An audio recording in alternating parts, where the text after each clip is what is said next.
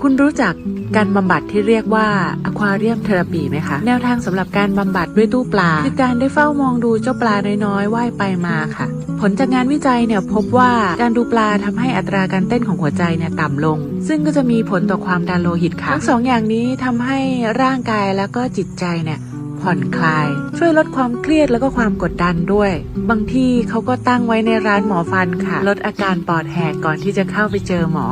นอกจากนี้พวกกิจ